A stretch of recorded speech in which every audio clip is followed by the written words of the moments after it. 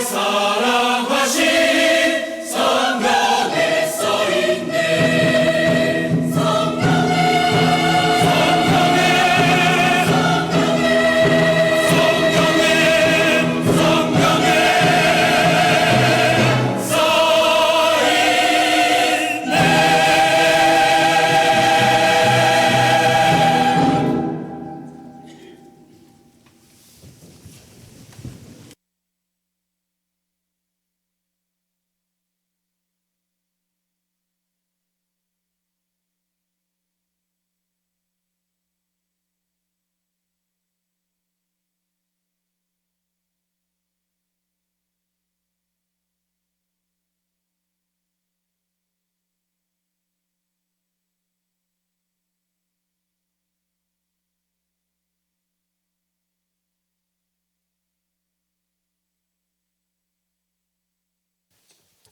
안녕하세요. 지난 주간에 우리 수능 시험 본 학생 형제자매님들 수고 많았습니다. 가정적으로도 또 수능생이 있는 가정이 다 함께 힘든 시간을 보냈을 거라고 생각을 합니다. 찬송가 중에 시험이 오나 겁없네라는 그 찬송의 가사가 있는데, 예수가 함께 계시니 시험이 오나 겁없네. 모든 그 삶의 답이 역시 예수님께 있다고 생각합니다. 그런데 의외로 그 찬송을 그 며느리들이 아주 좋아하더라고요. 시어머니 오나 겁이 없다, 이렇게 해석을 하셔서 그런지 아무튼 모든 사람이 좋아하는 찬송입니다. 지난주에 우리 전도인 그 모임이 있었습니다. 1년에 5차례 정기적으로 전국 전도인들이 모여서 교제를 나누고 또 교육을 받고 있습니다. 특별히 11월 전도인 모임은 우리 전국적인 또 전도인 인사 이동이 있는 그런 시기이기 때문에 그 많은 전도인들이 이렇게 또 기도하고 있는 그러한 시기이기도 합니다. 지난 그 11월 전도인 모임에 저희 전도인 인사 이동이 있었습니다. 저희 전주 교회는 해당되는 분이 없고 우리 전주권 10개 교회가 함께 교제를 나누고 있는데, 전주권 교회 중에는 우리 무주교회 박정수 목사님께서 계룡교회 가시게 되었고, 또 임실교회 김봉옥 목사님은 진도교회로 이렇게 가시게 되었습니다. 그리고 새롭게 그 무주에는 진도에 있었던 최태균 목사님이 부임하시고, 또 임실에는 철원교회에 있었던 김보유 목사님이 새로 부임하게 이렇게 되었습니다. 제가 인사가 있을 때마다 전도인 개인적으로는 여러 가지 어려운 일을 겪게 됩니다. 한 해에 교복을 2번 사는 분도 있고, 또 아이들이 교과서가 바뀌어서 또 적응하느라고 어렵기도 합니다. 여러 가지 개인적 사정에서는 그 어려움이 있지만 전국적인 그 큰 유익을 위해서 본인의 불편함이나 어려움을 감수하고 있습니다. 그래서 전국적으로 저희가 이렇게 교회가 성장할 수 있었던 이유도 개인적인 어려움에도 불구하고 모든 분들이 인사에 순종하기 때문에 전국교회가 더 하나 되고 함께 성장할 수 있게 된 거라고 생각합니다. 또 매번 모일 때마다 저희가 교회 현황을 이렇게 파악하게 되는데, 지금 현재 저희 국내 교회가 216개가 있습니다. 그리고 해외 교회가 693개가 있어서 전체적으로는 909개의 교회가 있습니다. 총 전도인 수는 787명이고, 그 중에 한국에서 이렇게 전도인으로 부름받은 분이 610명이고 현지 전도인이 177명입니다. 그리고 국내 교회 216개 교회 중에 국내 교회에서 봉사하시는 분이 232명입니다. 저희 전주교회가 속해 있는 것이 전주권이고 또 전주권을 중심으로 또 전북권이 형성되어 있고 또 전국 교회가 있습니다. 저희가 살아있는 유기체처럼 이렇게 모든 교회가 하나로 움직이기 때문에 함께 성장하고 또 함께 신앙을 지킬 수 있는 거라고 생각합니다. 사도행전을 읽다 보면 사도행전이 28장에서 끝이 나는데 책의 마무리가 이렇게 마치 이어지는 것처럼 이렇게 마지막 내용이 되어 있습니다. 그것은 사도행전의 역사가 끝나지 않고 계속해서 교회 역사로 이어지고 있다는 것을 가르쳐 줍니다. 그래서 현재 우리 교회 역사도 사도행전의 역사의 일부분이라고 생각합니다.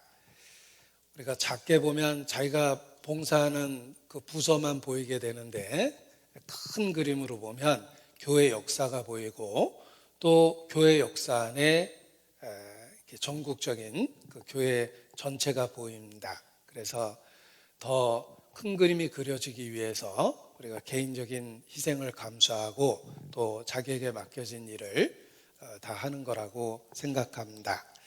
함께 기도하시겠습니다. 거룩하신 아버지 하나님, 하나님을 아버지라 부를 수 있는 영광을 주시고 또 주께서 예비하신 유업을 소망 가운데 바라보며 이 땅에서 살 수 있도록 그리스도 안에서 모든 것을 허락해 주신 것 진심으로 감사를 드립니다. 모이기를 힘쓰라 라고 일깨워 주셨고 그날이 다가옴을 볼수록 더욱 그리하라고 우리 마음에 교훈을 주셨습니다. 이 시간 그 말씀을 붙잡고 하나님 앞에 또 그리스도 예수 안에서 함께 모였습니다. 예수께서 제자들을 가르치신 것처럼 우리를 가르쳐 주시고 각색의 병든 자를 고치셨던 것처럼 이 시간 우리 가운데 병들고 어그러지고 잘못된 것 주의 은혜와 능력으로 고쳐주시기를 주님께 기도합니다. 영과 육의 온전함을 얻고 더욱 이 마지막 때에 주의 역사에 참여하며 살 수 있도록 우리 모두를 붙잡아 주시기를 주님께 간구합니다. 하나님 앞에 우리의 연약함을 고백하고 때마다 일마다 함께 하시는 주의 능력과 은혜를 더욱 사모하고 의지합니다. 우리 각 사람을 붙잡아 주시고 삶의 변화를 주시며 우리를 통해 우리의 말뿐만 아니라 우리의 삶의 모습을 통해 복음의 능력을 나타내 주시기를 주님께 기도합니다. 이 시간도 우리 가운데 두루 역사하심으로 하나님의 영광만 나타내 주시고 우리 각 사람 성령의 감동과 감화하심으로 사로잡아 주시기를 주님께 기도합니다. 불길로 모든 것을 태워버릴 수 있는 것처럼 성령의 불길로 우리의 삶에 잘못된 것, 타협된 것, 혹 진행적인 죄 주님 모두 없애주시고 우리 모두를 빛의 자녀답게 변화시켜 주시기를 주님께 간구합니다. 또 주님 앞에 기도할 때마다 주 예수를 믿으면 너와 내 집이 구원 얻으리라는 그 약속의 말씀을 붙잡고 우리 가족 중에 이뤄진 자를 기억하며 주님 앞에 기도합니다. 아브라함을 생각하사 롯을 건지신 것처럼 그리스도 예수를 생각하사 우리에게 긍휼과 은혜를 베풀어 주시고 우리에게 속한 자, 가족과 친척과 지인들에게도 주의 은혜를 더하여 주시기를 주님께 부탁을 드립니다. 우리를 사용해 주셔서 그들을 건질 수 있도록 주님 도와주시고 또 역사하여 주시옵소서. 이 시간도 함께 하시는 주님께 모든 것을 의지합니다. 우리 가운데 주의 임재를 나타내 주시고 이 시간 능력과 은혜를 베풀어 주시기를 더욱 간절히 주님께 기도합니다. 함께 하시는 주님, 또 우리의 기도에 응답하시는 주님께 모든 것을 의지합니다. 주의 역사를 나타내 주시옵소서. 고마우신 우리 구주 예수님 이름으로 기도합니다. 아멘. 성경 요한복음 1장 12절 13절 말씀입니다. 성경 요한복음 1장 12절 13절. 영접하는 자, 곧 그 이름을 믿는 자들에게는 하나님의 자녀가 되는 권세를 주셨으니 이는 혈통으로나 육정으로나 사람의 뜻으로 나지 아니하고 오직 하나님께로서 난 자들이니라. 12절 13절 말씀 다 같이 다시 한번 읽겠습니다. 영접하는 자, 곧 그 이름을 믿는 자들에게는 하나님의 자녀가 되는 권세를 주셨으니 이는 혈통으로나 육정으로나 사람의 뜻으로 나지 아니하고 오직 하나님께로서 난 자들이니라. 부모와 자식의 관계를 천륜이라는 어려운 말로 표현합니다. 부모와 자식 간에는 하나님이 정해주신 하늘의 인연이 있다는 뜻입니다. 옛 사람들도 본성적으로 부모와 자식의 관계는 인간의 선택이 아닌 하나님의 계획, 하나님의 뜻이 있다는 것을 알았습니다. 그래서 부모와 자식 간의 관계를 특별히 천륜이라는 단어를 써서 설명을 했습니다. 이 땅에 부모 없는 사람은 없습니다. 우리는 부모로 인해서 이 땅에 태어났고 부모로 인해서 핏덩어리로 태어나 개인적인 독립적인 인격체로 성장한 것입니다. 부모 없는, 근본 없는 사람이 없듯이 부모 없이 이 땅에 존재하는 사람은 없습니다. 이 부모와 자식의 관계가 하나님이 맺어준 관계이며 우리는 이 땅에 사는 동안 그 관계를 갖고 그 관계를 기억하고 그 관계를 유지하며 살게 돼 있습니다. 그 관계 속에 놀랍게도 하나님과 인간의 관계가 모형적으로 설명이 되어 있습니다. 우리가 구원을 받는 것을 하나님의 자녀가 된다라는 말로 하나님의 자녀로 태어난다라는 말로 설명하고 있기 때문에 그렇습니다. 부모와 자식의 관계 속에서 우리는 이 땅에 살아가고 있고 그 관계를 통해서 하나님의 자녀가 된다는 의미를 깨닫게 하신 것입니다. 부모와 자식의 관계는 탄생을 통해서 이루어집니다. 탄생이라는 과정을 통해서 부모와 자식의 관계가 이루어지는 것입니다.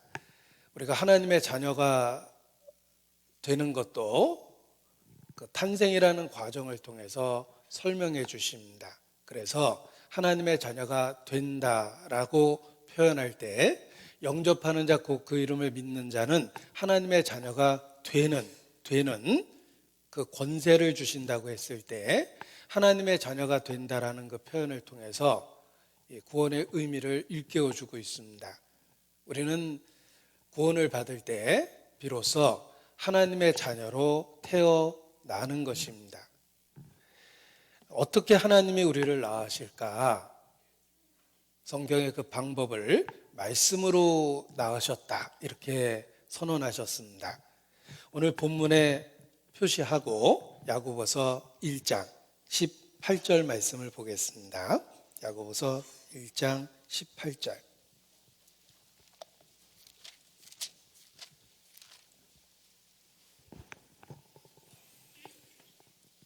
야고보서 1장 18절 같이 읽겠습니다. 그가 그 조물 중에 우리로 한 첫 열매가 되게 하시려고 자기의 뜻을 좇아 진리의 말씀으로 우리를 낳으셨느니라. 하나님이 우리를 낳으시는 방법은 말씀입니다. 그래서 진리의 말씀으로 우리를 낳으셨다라고 선언하신 것입니다. 그가 그 조물 중에 하나님이 만든 피조물은 이 세상에 많이 있습니다. 이 세상에 있는 모든 것이 돌덩어리 하나, 꽃 한 송이, 나르는 새, 모든 것, 존재하는 모든 것이 하나님의 피조물입니다. 하나님의 조물입니다. 그런데 인간도 피조물에 불과했지만 하나님은 인간을 지적 존재로 만들고 영적 존재로 만들어서 말씀을 듣고 이해할 수 있도록 만들어 주셨고, 그 말씀의 능력으로 우리를 자녀로 낳아주신 것입니다. 단순한 피조물의 상태였다가 말씀을 듣고 비로소 하나님의 자녀가 되는 것입니다. 그래서 그 조물 중에 진리의 말씀으로 우리를 낳으셨다라고 선언하신 것입니다. 하나님의 자녀로 탄생하는 방법은 바로 말씀입니다. 하나님이 인간을 하나님의 자녀로 탄생시키는 방법을 말씀으로 정하셨기 때문에 진리의 말씀으로 우리를 낳으셨다라고 선언한 것입니다. 베드로 전서 1장 23절에도 같은 말씀이 있습니다. 베드로 전서 1장 23절 1장 23절 베드로 전서 1장 23절 함께 읽습니다. 너희가 거듭난 것이 썩어질 씨로 된 것이 아니요 썩지 아니할 씨로 된 것이니 하나님의 살아있고 항상 있는 말씀으로 되었느니라. 자, 핵심적인 구절만 취해서 다시 읽어보면 너희가 거듭난 것은 말씀으로 되었다라는 것입니다. 거기에 여러 수식어가 되어 있습니다. 너희가 거듭난 것은 썩어질 씨로 된 것이 아니요 썩지 아니할 씨로 된 것이니 하나님의 살아있고 항상 있는 말씀으로 되었느니라. 그래서 수식어를 제해보면 너희가 거듭난 것은 말씀으로 되었다라고 선언하셨습니다. 하나님은 말씀으로 단지 피조물이었던 우리를 하나님의 자녀로 낳으시는 것입니다. 인간이 하나님의 자녀로 탄생하는 방법이 바로 말씀입니다. 그런데 성경에는 여러 말씀이 있습니다. 역사도 있고, 그리고 또 율법도 있고,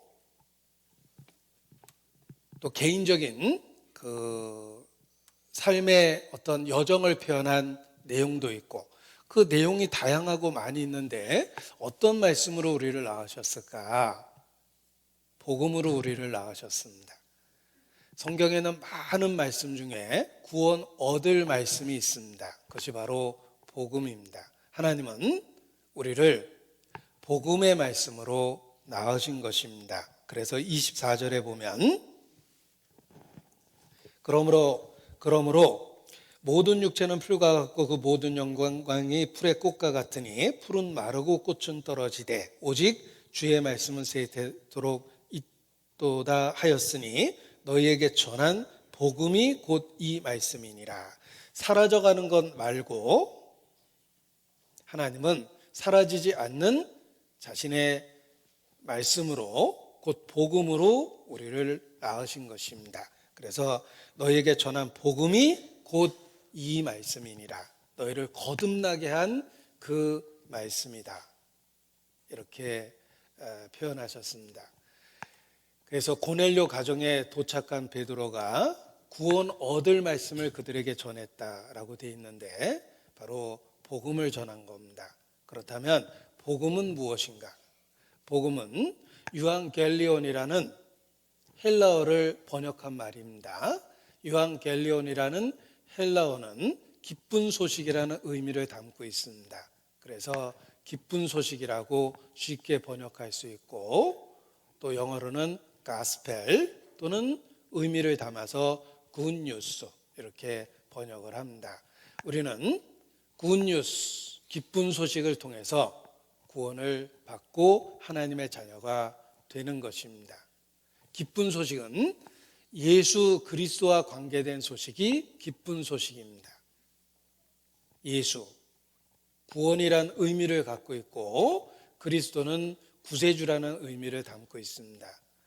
우리를 구원하시는 구세주 예수님에 관계된 이야기가 복음입니다. 그래서 예수님의 생애를 기록한 책이 마태복음, 마태, 복음, 마가복음, 누가복음, 마태복음, 마가복음, 누가복음, 요한복음 이렇게 복음이라는 말로 표현한 것입니다. 한마디로 예수 그리스도와 관계된 소식이 사람에게 주시는 기쁜 소식입니다. 우리는 그 복음을 통해서 비로소 하나님의 자녀로 태어나는 것입니다. 다시 본문 1장 요한복음 1장 12절을 보겠습니다.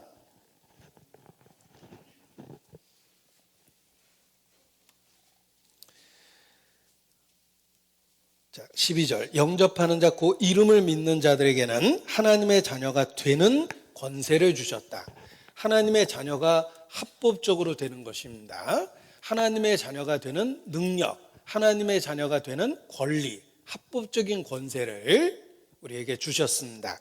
영접하는 자, 곧 그 이름을 믿는 자들에게 예수 그리스도라는 살아있는 인격체를 자신의 삶에 받아들이는 것, 그것을 통해서 우리를 구원하신다. 그래서 영접이라는 말을 쓴 것입니다. 자꾸 이렇게 똑똑 소리가 나는 것 같아서 성가신데 제가 볼살이 올라서 혹시 볼살이 마이크에 닿는 건 아닐까 이렇게 스스로 자책하고 있습니다.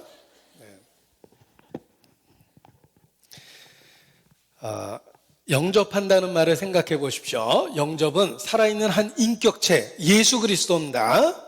예수 그리스도를 기쁘고 즐겁게 자신의 삶으로 받아들이는 것, 그것을 통해서 하나님의 자녀가 되는 능력을 주시고 권리를 주시고 합법적인 권세를 주신다는 뜻입니다. 그리고 영접한다라는 말을 좀 더 구체적으로 설명해 주셨는데 곧 그 이름을 믿는 자들에게는 이렇게 표현하셨습니다. 그 이름이라는 말을 생각해 보십시오. 그 이름이란 말 자체가 예수님의 존재 자체를 나타내는 것입니다. 그 이름, 어떤 사람의 일부분이 아니라 예수님의 존재 자체를 그 이름이다 이렇게 표현한 것입니다. 한 인격체로, 살아있는 인격체로 예수님 자신을 우리의 삶에 받아들이는 것입니다. 구세주로서 그 이름을, 그리고 믿는 자들이라고 표현하셨습니다. 그 이름을 믿는 자들에게는 이라는 말도 믿는 자들이라는 말이 시제를 분석하면 현재 분사입니다. 현재 분사라는 말은 한때 단 한 번의 경험이 아니라 계속적으로 현재도 반복된다는 의미를 갖고 있습니다.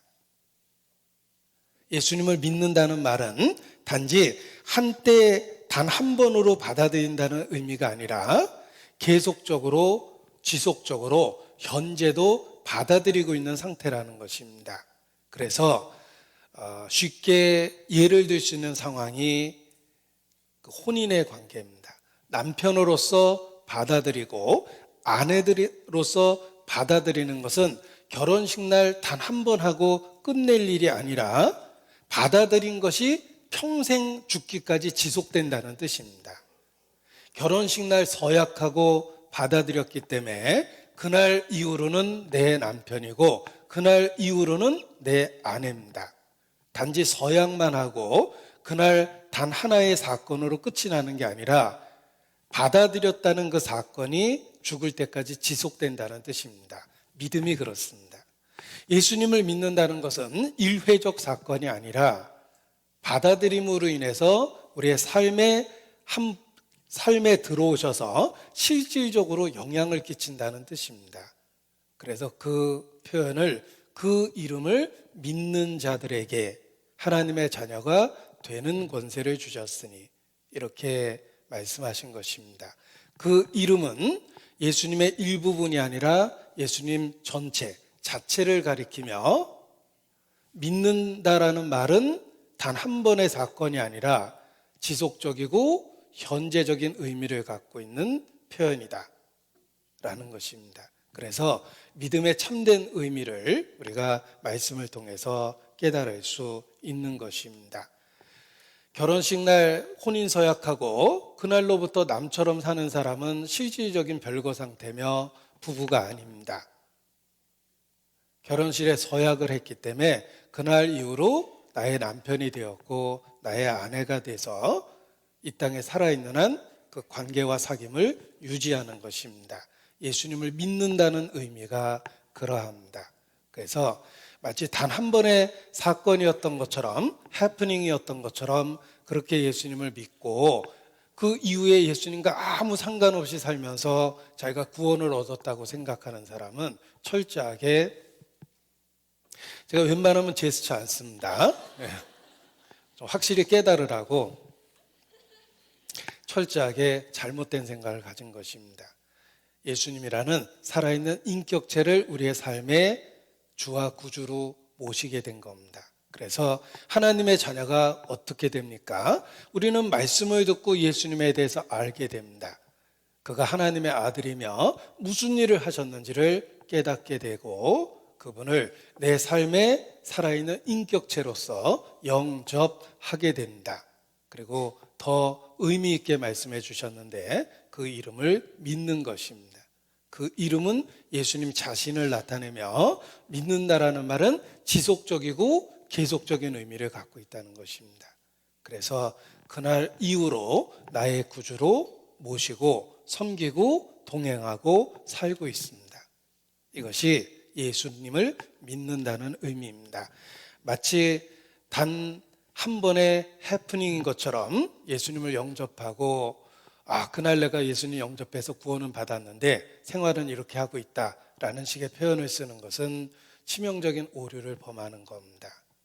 내가 너를 도무지 알지 못하니 불법을 행하는 자들아 나를 떠나가라 라고 그날 하나님 앞에 쫓겨날 겁니다. 왜냐하면 예수님을 믿고 지속적인 관계와 사귐이 없었기 때문에 그렇습니다.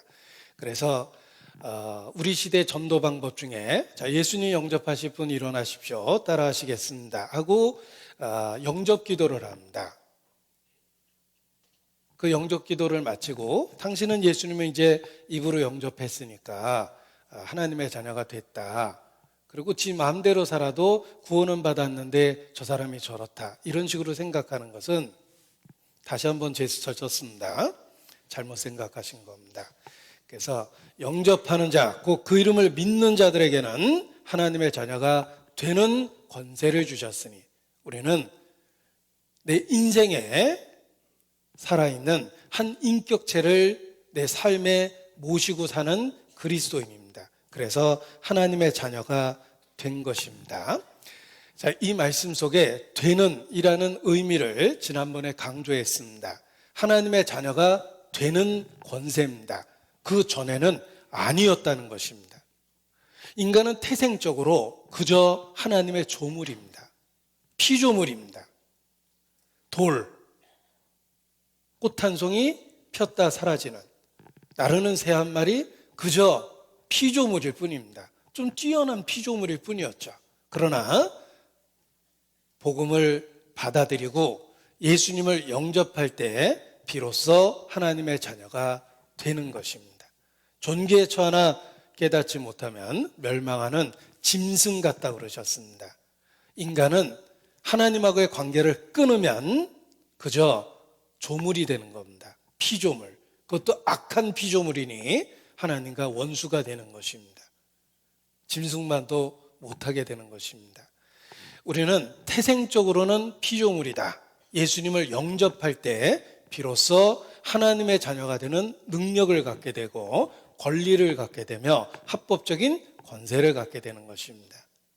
그래서 되는이라는 말이 우리의 원래 모습을 깨닫게 해주고 그리스도 예수 안에서 우리가 누리고 있는 영광을 깨닫게 해주는 것입니다. 우리는 예수님 안에서 비로소 하나님의 자녀가 된 것입니다. 천한 백정의 딸로 태어났지만 어떻게 하다가 여행 중에 변장하고 있는 왕자와 눈이 맞아서 사랑을 하게 됐고 많은 신분적 격차에도 불구하고 왕자는 기꺼이 그녀를 아내로 맞이하고 궁궐으로 인도했습니다. 그리고 합법적인 절차를 통해서 아내로 받아들였습니다. 왕자는 곧 왕이 됐고 그 백종에 따른 그 나라의 왕비가 됐습니다. 왕비가 될 수 있었던 이유는 딱 하나입니다. 진정한 사랑을 했기 때문입니다. 그 진정한 사랑이 여러 과정을 거쳐서 왕비가 되게 한 것입니다. 우리도 마찬가지예요. 태생적으로는 조물입니다. 피조물입니다. 그리고 심지어는 하나님과 원수된 상태였지만 예수 그리스도를 영접함으로 진정한 사랑을 통해서 비로소 하나님의 자녀가 된 것입니다. 그래서 많은 분들이 착각하기를 사람은 원래 하나님의 자녀인 줄 압니다. 그렇지 않습니다. 인간은 원래 조물입니다. 피조물입니다. 그것도 하나님을 대적하고 있는 원수된 피조물입니다. 우리는 엄청난 신분의 변화를 갖게 됐습니다. 예수 그리스도로 말미암아 하나님의 자녀가 된 것입니다. 디도서입니다. 디도서 3장. 제가 디도서 좋아한다고 말씀드렸죠. 제 이름에 두 글자 하나 들어있기 때문에 제 이름 석자 중에 무려 두 글자나 들어있으니 안 좋아할 수 있겠습니까? 여러분도 좋아하시기 바랍니다. 디도서 3장 3절. 여기에 태생적인 우리의 모습이 9가지로 묘사가 되어 있습니다. 예전에 우리의 모습입니다. 그리스도 없었을 때 우리의 모습입니다. 우리도 전에는 9가지를 말씀하셨는데 어리석은 자여 순종치 아니한 자여 속은 자여 각색 정욕과 행락에 종노릇한 자여 악독과 투기로 지낸 자여 가증한 자여 피차 미워한 자였으나 이것이 태생적인 원래 우리의 모습입니다. 우리에게 이런 모습이 가득했습니다. 우리도 전에는 이런 사람이었는데 4절을 보십시오. 우리 구주 하나님의 자비와 사람 사랑하심을 나타내실 때 우리를 구원하시되 비로소 우리를 구원해 주셨습니다. 우리의 행한 바 의로운 행위로 말미암지 아니하고 오직 그의 긍휼하심을 조차 중생의 씻음과 성령의 새롭게 하심으로 하셨나니. 자, 태생적으로 하나님과 원수되었던 우리가 생각하지 못했던 전혀 새로운 방법, 중생의 씻음과 성령의 새롭게 하심으로 하나님의 자녀로 삼아서 후자로 만들어 주신 것이, 구사로 만들어 주신 것입니다. 그래서 7절에 보면 후사가 되게 하려 하심이라 그랬죠. 예수 그리스도로 말미암아 우리를 후사가 되게 해 주신 거예요. 우리가 생각지도 못했던 방법이었습니다. 생각지도 못했다라는 말은 혈통으로나 육정으로나 사람의 뜻으로 나지 아니하고 우리가 생각할 수 있는 방법이 아니었습니다. 우리는 혈통이나 육정이나 사람의 뜻 이런 정도를 생각하는데 하나님은 중생의 씻음과 성령의 새롭게 하심이라는 우리가 전혀 생각하지 못했던 놀라운 방법으로 기대할 수 없었던 놀라운 은혜로 바랄 수도 없는 은혜를 우리에게 베푸셔서 우리를 후사가 되게 하신 겁니다. 그래서 그 전과 그리스도로 말미암아 변화된 후의 모습을 생각하면 하나님께 감사하고 내가 존재하는 것 자체를 신에게 감사할 수밖에 없습니다. 그전에는 존재하는 것 자체가 이유도 없었고 내가 왜 존재하는지 존재 자체가 저주스러웠을 때가 있습니다. 그러니까 자살하는 사람이 그렇게 많은 거예요. 존재 자체를 없애버리고 싶은 거죠. 우리의 모습이 그러했습니다. 그런데 그리스도 예수 안에서 우리를 후사가 되게 하셨습니다. 소망을 주셨습니다. 생각하지도 못했던 방법, 또 전혀 기대하지 못했던 방법으로 우리를 후사가 되게 했습니다. 아무것도 할 수 없어서 다른 사람의 동정을 구하며 추운 겨울날 차가운 바닥에 엎드려서 동전 한 푼을 기다리고 있는데 어떤 분이 동전 하나를 주신 게 아니라 데려다가 씻기고 먹히고 입히고 그리고 법적 절차를 밟아서 아들로 만들고 그 집에 합법적으로 살게 했다. 아마도 바닥에 엎드려서 구걸할 때 전혀 생각하지 못했던 일이었을 겁니다. 기껏 생각해야 누가 오늘은 10,000원짜리 안 주나, 혹시 술 먹은 사람이 1,000원짜리 줄 알고 50,000원짜리 안 주나, 이런 기대나 했을 텐데 누가 자기를 데려다가 그 집안의 상속자로 삼을 거라고 상상이나 했겠습니까? 그와 같이 인간이 전혀 생각할 수 없었던 영광을 그리스도 예수 안에서 우리에게 주셨다는 것입니다. 그것이 예수님을 통해서 우리에게 주신 은혜입니다. 영접하는 자, 꼭 그 이름을 믿는 자들에게 하나님의 자녀가 되는, 전혀 다른 차원의 되는 은혜를 주셨습니다. 그래서 우리를 자녀로 낳으셨다, 복음을 통해서 낳으셨다라는 말을 쓴 겁니다. 자, 그런데 우리는 태생적으로 자격이 없었기 때문에 그걸 일깨워주기 위해서 우리는 죄성이라는 하나님을 반역하는 상태가 있음에도 불구하고 우리를 자녀 삼아 주셨다는 것을 일깨워주기 위해서 양자됐다는 말을 썼습니다. 자녀로 낳았다는 표현도 썼지만 또한 동시에 양자되게 했다라는 말도 쓰셨습니다. 왜 양자되었다라는 표현을 같이 쓰셨을까? 그것은 우리의 태생적인 원래 모습을 일깨워주고 현재 아직까지 우리가 놓여있는 죄성의 상태를 일깨워주기 위해서입니다. 그래서 양자됐다는 표현을 쓴 겁니다. 우리를 낳으셨다는 말도 사실이고 양자로 삼으셨다는 말도 사실입니다. 이것은 예수님 안에서 우리가 구원을 받게 된 의미를 서로 다른 두 개의 상황적인 단어를 통해서 이해할 수 있도록 이렇게 다중적으로 설명해 주신 겁니다. 그래서 그 다중적으로 설명해 준 게 많습니다. 예를 들면 하나님과의 관계가 부모와 자식이고 때로는 남편과 아내입니다. 어떤 분은 야 망측하다, 무슨 남편도 됐다가 무슨 아버지도 됐다 막 그러냐.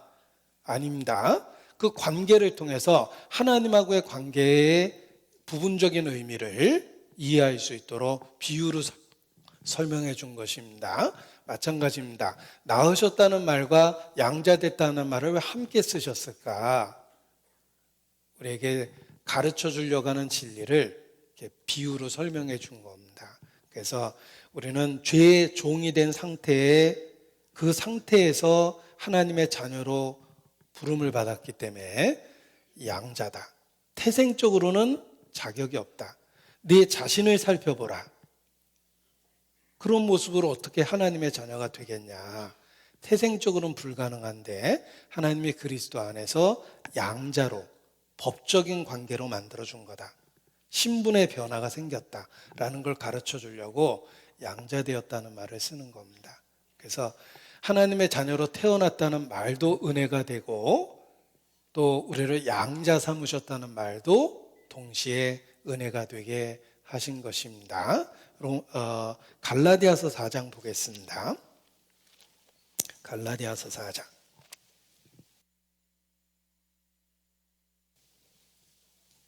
갈라디아서 4장 5절입니다.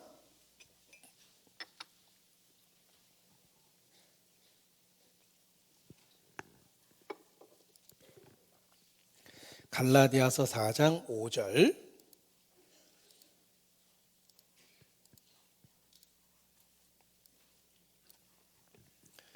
같이 읽겠습니다. 율법 아래 있는 자들을 속량하시고 우리로 아들의 명분을 얻게 하려 하심이라. 예수 그리스도의 하신 일, 구속의 역사, 자기 목숨을 많은 사람의 대속물로 내어주신 그 일은 우리로 하여금 합법적으로 아들의 명분을 얻게 하신 겁니다. 현재 상태는 절대로 하나님의 아들 같지 않습니다. 어떻게 하나님의 아들이 이렇게 초라합니까? 우리 안에 작용하는, 아직도 작용하는 죄성을 보십시오. 크신 하나님을 작게 여기고 하나님에 대한 무감각이 있고 진리를 작게 여기고 외면하고 하나님의 말씀을 겉듣고 거룩한 순간에도 죄를 품고 우리의 죄가 있습니다. 우리의 상태는 절대로 하나님의 자녀가 될 수 없어요. 그런데 속량과 대속, 구속을 통해서 우리로 명분을 얻게 하신 거예요. 자격은 없는데. 그래서 양자라고 표현한 거예요. 우리는 아들의 명분을 얻은 거예요. 율법 아래 있는 자들을 속량하시고, 이게 그리스도가 하신 일입니다. 우리로 아들의 명분을 얻게 하셨어요. 우리는 태생적으로 하나님의 자녀가 아니라 양자가 된 거예요. 합법적으로. 법적 절차를 밟아서 아들의 명분을 얻은 거예요. 그래서 양자됐다는 말은 우리의 원래 모습을 깨닫게 합니다. 소크라테스의 말처럼 내 주제를 알라. 내 과거를 잊지 말라. 현재 너의 연약함을 알라. 내게 주신 모든 것은 은혜의 결과다. 그리스도 때문에 주신 것이다. 그리스도 안에 있어야 된다라는 우리의 영적 주제를 양자라는 말은 깨닫게 해주는 것입니다. 아들의 명분을 얻은 거예요. 나는 양자된 겁니다. 로마서 8장입니다. 로마서 8장.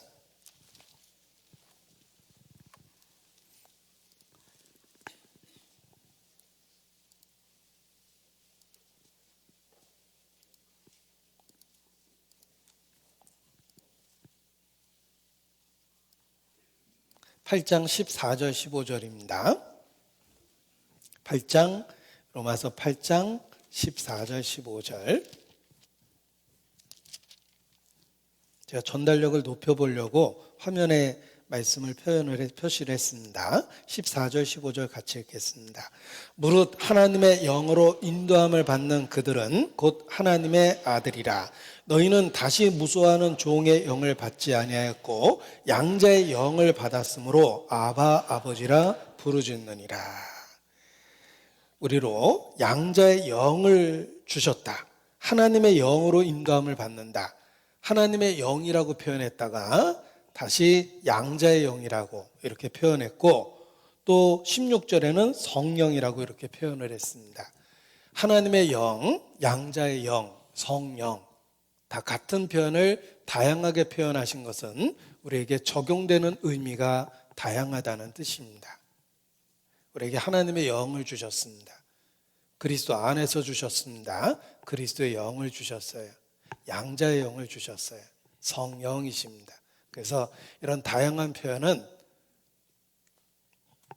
그 성령이 어떤 의미를 갖고 있는지를 우리에게 가르쳐 주는 것입니다. 우리에게 양자의 영을 주셨습니다. 원래 우리의 상태는 전혀 아들 같지 않은데 은혜를 주셨다는 뜻입니다.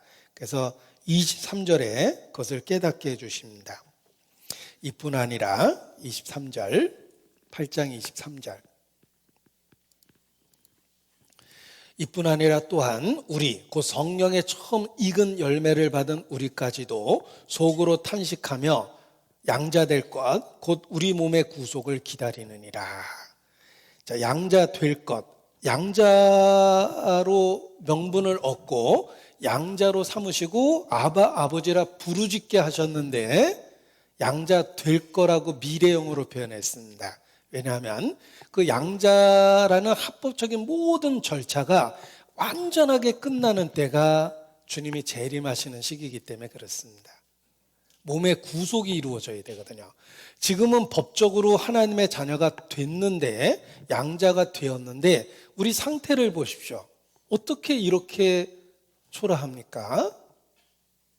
이런 초라한 모습으로 천국에 가면 열등감에 자괴감에 빠져서 술로 지새울 것 같아요. 그 거룩한 곳에 나 같은 놈이 있다니 뭐 이러면서 어디 구석에 처박혀가지고 맨날 울 것 같아요. 아직은 우리가 양자로서 우리 몸이 변화되질 않았어요. 의의 형상을 입지를 못했어요. 그러니까 몸의 구속을, 몸이 변화될 때를 기다리고 있다. 양자 될 것을 기다리고 있다. 그래서 우리가 그 과정 속에 있다는 것을 가르쳐 주는 것입니다. 하나님은 그리스도 안에서 우리를 양자로 삼으셨습니다. 법적인 지위를 주셨어요. 그러나 아직은 몸의 구속이 이루어지지 않았어요. 우리 몸은 아들처럼 의롭게 변화된 것은 아니며 지금 그 변화를 기다리고 있어요. 주님 다시 오시는 그날까지. 따라서 현재의 모습은 그 몸의 구속을 기다리는 과정입니다. 우리가 양자됨의 하나의 긴 코스의 과정에 들어와 있는 거예요. 법적으로는 양자를 삼았고 우리의 현재 모습은 양자 같지 않으니까 그걸 바꿔주려고 기다리고 있는 모습이 이 땅에서의 우리의 신앙생활입니다. 그래서 양자 될 것, 곧 몸의 구속을 기다리고 살고 있는 것입니다.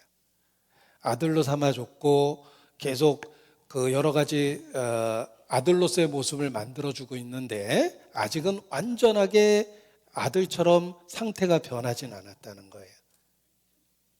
그것을 가르쳐 주려고 이렇게 양자의 영을 주셨고 양자를 삼으셨고 또 양자 될 것이라는 마지막 절차를 기다리고 있다라는 표현을 쓰신 겁니다. 아직은 몸이 변화되지 않았기 때문에 우리는 이 땅에서 그 과정을 겪고 있는 것입니다.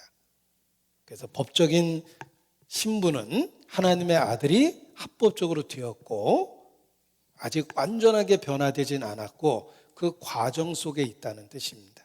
그 과정 속에 있기 때문에 하나님의 자녀답게 배워나가고 변화되어야 된다 이런 뜻입니다. 길거리에 거지를 긍휼과 은혜로 법적으로 양자를 삼았습니다. 그런데 영 말투와 행동은 거지예요. 그 명문 있는 가문의 자녀답게 변화되기 위해서는 교육과 훈련이 필요합니다. 그 절차를 밟고 있는 거예요. 그래서 현재 우리의 신앙생활을 왕의 자녀로 살아가는 법을 배우는 과정이다. How to live like a king's kid 라는 책 제목이 있는데 왕의 자녀로서 살아가는 법을 배우는 것이 우리의 신앙생활이다. 이렇게 표현하는 것입니다. 우리는 현재 양자 될 것, 그 마지막 코스를 기다리고 있는 거예요. 몸의 구속을. 그 기다리는 생활이 이 땅에서의 신앙생활입니다. 자, 합법적으로 아들이 되었습니다. 그리고 아직 상태는 완전하게 변화되지 않았기 때문에 몸의 구속을 기다리고 있습니다. 그것이 이 땅에서의 우리의 신앙생활이며 하나님은 우리를 아들과 같이 대우하십니다. 아들이 되었기 때문에 따라서 법적으로 우리를 다스리는 게 아니라 은혜로 우리를 다스립니다. 더 이상 우리를 법적으로 정죄하는 재판장과 죄인의 관계로 다스리질 않고 아버지와 아들이라는 가정에서 일어나는 관계로 우리를 다스린다는 거예요. 그것이 우리에게 생긴 변화입니다. 기억하십시오. 하나님은 아들과 같이 너희를 대우하시나니. 이렇게 좋은 말씀이 어디 있을까? 그냥 궁금하게 생각하시다가 좀 이따가 찾아보도록 하겠습니다. 그래서 지난번에 이 말씀을 열심히 칠판에다 제가 설명을 했습니다. 화면을 보고 같이 읽어보겠습니다. 죄가 너희를 주관치 못하리니 이는 너희가 법 아래 있지 아니하고 은혜 아래 있음이니라. 그런즉 어찌하리요? 우리가 법 아래 있지 아니하고 은혜 아래 있으니 죄를 지으리요? 그럴 수 없느니라. 여기 법 아래라는 말과 은혜 아래 있다는 말을 잘 비교해서 보십시오. 우리가 예수님 믿기 전에는 법 아래에 있었어요. 하나님하고 법적인 관계를 갖고 있었고 예수님 믿고 난 이후에는 율법 아래에 있지 아니하고 은혜 아래라는 새로운 관계 아래에 있게 됐다는 것입니다. 법 아래에 있지 않고 은혜 아래에 있게 됐다. 사망에서 생명으로 옮겼느니라. 우리가 있는 위치의 변화가 생긴 겁니다.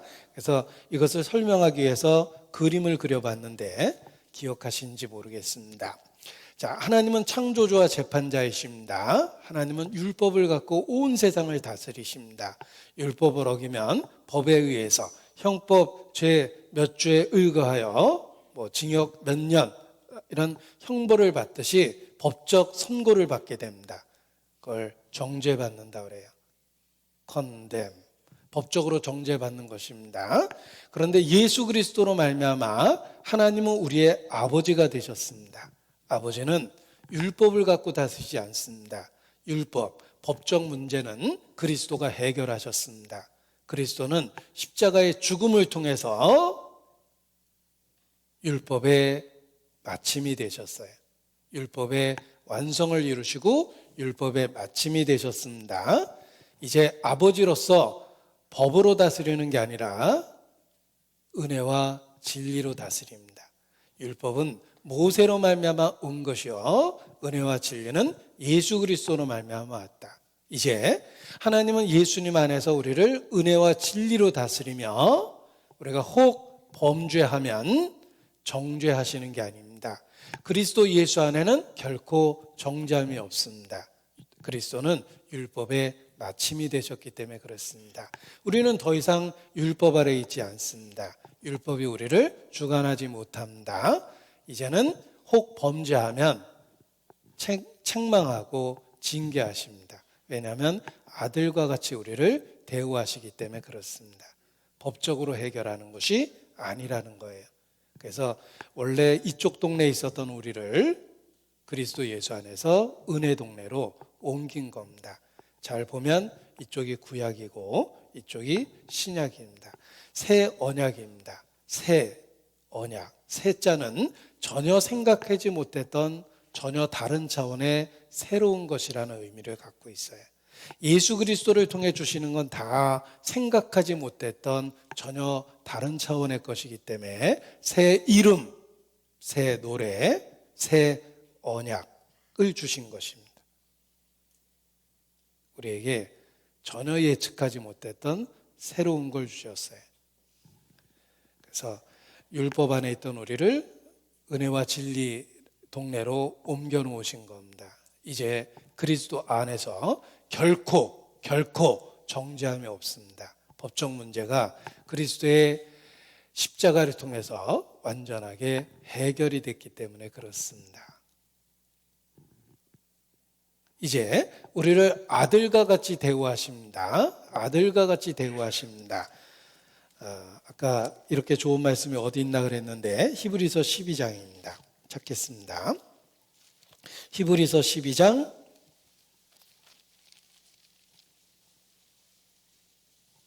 7절입니다.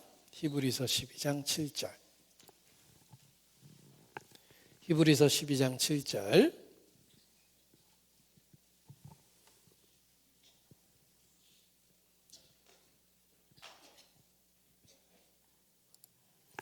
하나님의 아들과 같이 너희를 대우하시나니라고 이렇게 말씀하셨습니다. 이제는 우리를 율법으로 다스리는 게 아니라 아들과 같이 우리를 대우하십니다. 그것이 은혜 아래에 있다 이런 뜻입니다. 은혜 아래에 있다고 죄를 짓겠느냐? 그럴 수 없느니라. 우리는 은혜 아래에 있습니다. 하나님은 거룩하십니다. 죄는 하나님의 성품상 미워하실 수밖에 없어요. 안 믿는 사람이 짓는 죄나 믿는 사람이 짓는 죄나 죄는 죄예요. 하나님은 거룩하기 때문에 미워하세요. 단지 그 죄를 처리하는 방법이 다르다는 거예요. 안 믿는 사람의 죄는 율법을 갖고 처리하고 믿는 사람의 죄는 법적인 문제가 아니라 가정의 문제, 아버지와 아들의 관계로 징계하고 책망함으로 처리하신다는 뜻입니다. 그러니까 죄 자체는 하나님이 싫어하시는 건 마찬가지예요. 어떤 분은 내가 구원만 받으면 무슨 짓을 해도 하나님이 받아주나 보다 이렇게 생각하는데 그럴 수가 없습니다. 왜냐하면 하나님은 죄는 여전히 미워하십니다. 믿는 사람의 죄도 여전히 미워하셔요. 단지 죄를 처리하는 방법이 안 믿는 사람은 율법을 갖고 죄 삭은 사망이다 라는 법으로 다스리고 믿는 사람은 가정적인 문제로 다스리는 것 뿐입니다. 그것에 차이가 있을 뿐입니다. 그걸 제가 표를 만들어 봤는데 한번 이렇게 만들어 봤습니다. 자, 그리스도인의 반대말을 뭐라고 쓸까라고 하다가 자연인이라고 그냥 태생적인 사람, TV 프로그램에 나오는 그 사람이 아닙니다. 자연인이라고 이렇게 표현해 봤습니다. 자, 자연인과 하나님의 관계는 심판자입니다. 죄인과 심판자의 관계입니다. 죄를 지면 율법으로 다스려요. 그래서 마지막에 형벌을 주는 겁니다. 정죄하시죠. 죄삭은 사망, 둘째 사망입니다. 이것은 죽음 이후에 이루어지는 형벌이니까 지금 죄를 지면 하나님이 그냥 보고 있어요. 회개하라. 경고는 하시죠. 그러나 그냥 보고 있습니다. 그런데 성도의 죄는 하나님은 성도를 아들과 같이 대우하십니다. 아버지로서 사람을 대하는 거예요. 그러니까 성도의 죄는 아버지로서 법적 문제로 다스리는 게 아니라 은혜와 진리로 다스립니다. 따라서 죄를 지면 아버지로서 반드시 간섭하세요. 그것이 징계입니다. 이거는 형벌을 준다는 의미보다는 교정과 연단을 위해서 그러는 거예요. 우리의 유익을 위해서 주는 겁니다. 이것이 그 죄를 다스리시는 하나님의 방법입니다. 성도를 다스리는 방법과 신앙을 거부한 자연인을 다스리는 방법은 다르다. 그러나 죄는 여전히 미워하신다. 하나님은 모든 죄를 미워하십니다. 안 믿는 사람의 죄는 율법으로 다스리고 믿는 사람의 죄는 아버지로서 징계로서 다스리는 겁니다. 하나님은 너희를 아들과 같이 대우하시나니 그렇습니다. 인간을 자녀로서 여겨주시고 자녀처럼 받아주시는 것입니다. 12장 5절입니다. 12장 4절부터 보겠습니다. 히브리서 12장 4절 우리의 평소 모습이 표현되어 있습니다. 너희가 죄와 싸우되, 우리는 죄와 싸우죠. 죄를 좋아하는 사람은 없습니다. 나름대로 죄와 싸운다. 그리고 자꾸 죄를 짓는 거예요. 제일 죄를 짓고 난 이후에 제일 많이 하는 그 표현은 안 되는 줄 알면서 왜 그랬을까 이런 겁니다. 그게 이제 인간이 범죄한 이후에 첫 번째 태도예요. 분명히 잘못된 건 잘못된 거예요. 그러면 안 되는데 내가 왜 그랬을까? 자기의 연약한 무능함을 알게 되고 이제 거기다가 죄를 반복해서 지면 그 죄를 자꾸 이제 핑계를 다른 사람에게 댑니다. 환경에게 대고 다른 사람에게 원인을 대고 막 그래요. 왜냐하면 자기 혼자 짊어지는 게 너무 이제 부담되니까 죄의 원인을 다른 사람에게 돌린 거예요. 우리는 죄와 싸우긴 싸우는데 하나님 보기에는 피 흘리기까지는 대항치 않습니다. 죄는 끝까지 싸워야 되는데 적당히 이렇게 어느 선에서 타협해 버리는 겁니다. 그래서 우리 죄질 때 많이 하는 대사가 있습니다. 안 돼요. 피 흘리기까지는 대항하지 않는 거죠. 그게 이제 우리의 연약함, 어리석음의 결과입니다. 그러니까 자꾸 죄를 짓는 거예요. 죄는 피 흘리기까지 싸워야 돼요. 아주 흉악한 자가 칼을 들고 가정에 침입을 했습니다. 만약에 적당하게 항복해버리면은 그 흉악범에게 모든 가족의 운명을 맡기는 거예요. 살인을 즐기는 사람에게 온 가족의 운명을 맡기면 끔찍하죠? 내가 할 수 있는 최선의 방법은 끝까지 저항을 해야 돼요. 그래야지만 다른 가족의 피해를 막을 수 있는 거예요. 그래서 새끼를 빼앗기게 된 어미가 산산이 찢어지는 가운데도 끝까지 대항하는 거 보셨죠? 그게 본성인데 우리는 죄를 그렇게 다뤄야 돼요. 적당하게 싸우다가 항복해버리면 진자는 이긴 자의 종이 되는 거예요. 운명을 그에게 맡겨야 돼요. 끔찍하지 않습니까? 죄는 타협하는 게 아니에요. 피 흘리기까지 싸워야 됩니다. 그런데 우리는 그 치열한 영적 전투에서 자주 실패하곤 합니다. 그래서 하나님께서 인간을 어떻게 대우하시는지를 말씀하셨어요. 또 아들들에게 권하는 것 같이 너희에게 권면하신 말씀을 잊었도다. 일렀을 때 내 아들아.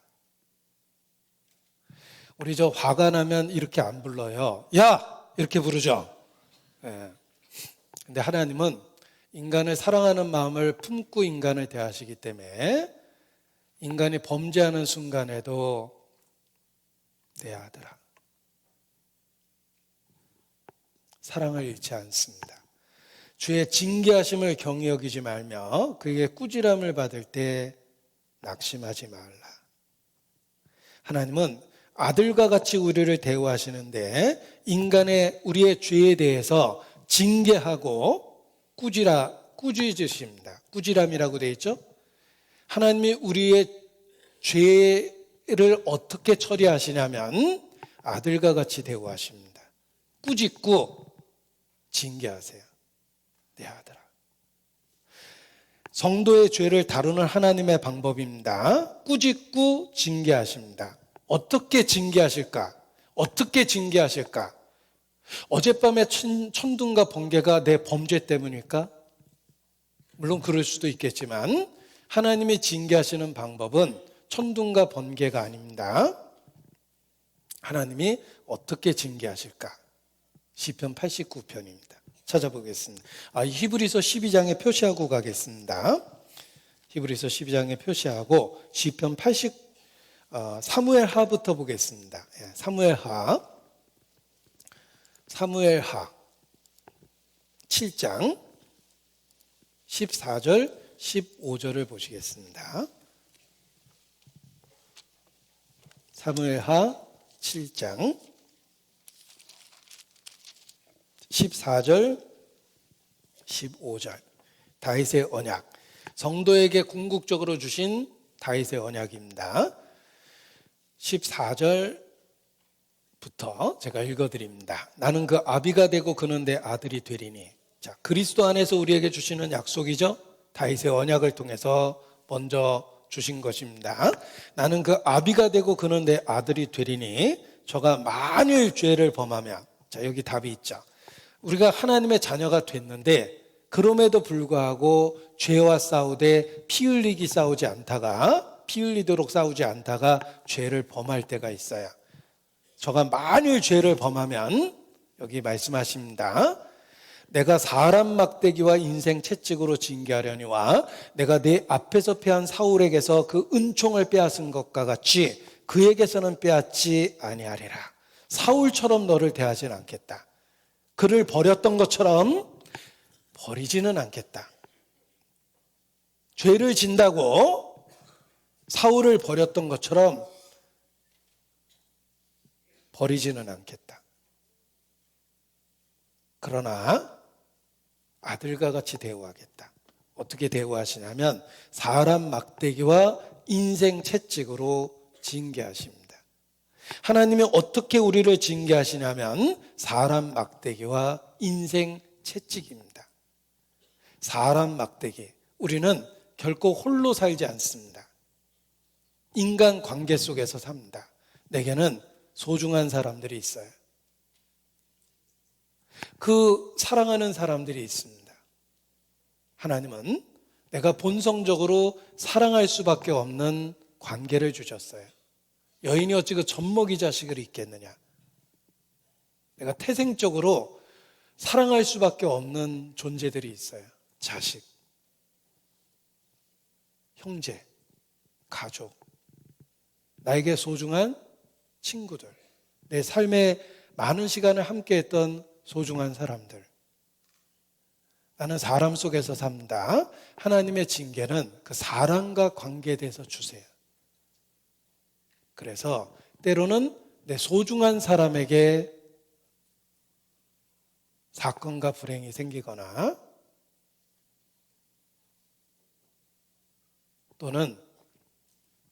또는 그 소중한 사람들과의 관계를 하나님이 흔들어 놓으십니다. 그래서 부부간에도 아주 사소한 일로 크게 싸워요. 큰 일 갖고 작게 싸우는 게 지혜인데 이게 갈등이 생기면 별 시답지 않은 이유로 막 며칠 동안 말 안 하는 사람들이 있어요. 나중에 이유를 들어보면 서로 얘기하다 웃어요. 그 싸운 이유 자체가 아주 사소한 일인데 사소한 일이 엄청난 갈등을 만들어낸 거예요. 하나님이 관계를 흔들어 버리셔요. 직장에서도 마찬가지입니다. 어떤 사람은 실컷 자다가 모처럼 일하려고 그러는데 사장님이 들어오세요. 열심히 하네. 그리고 어떤 분은 실컷 일하다가 잠깐 3분 눈 붙였는데 꼭 사장님이 와서 넌 근무 시간에 자냐? 막 이럽니다. 그때는 내가 혹시 하나님과의 관계가 잘못되어 있나 이렇게 돌이켜 보시면 됩니다. 사람과의 관계를 흔들어 놓으셔요.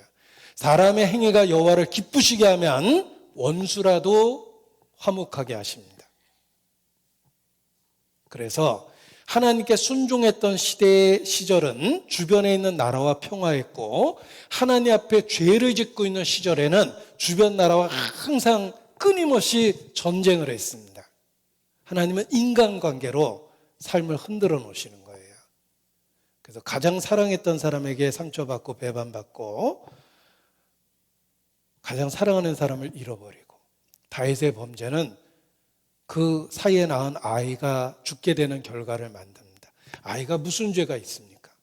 다윗의 범죄가 아이의 죽음을 만든 거예요. 다윗은 아버지로서 자식의 죽음을 봤어요. 죄의 결과를 본 거예요. 사람 막대기로 우리를 징벌하십니다. 그리고 인생 채찍.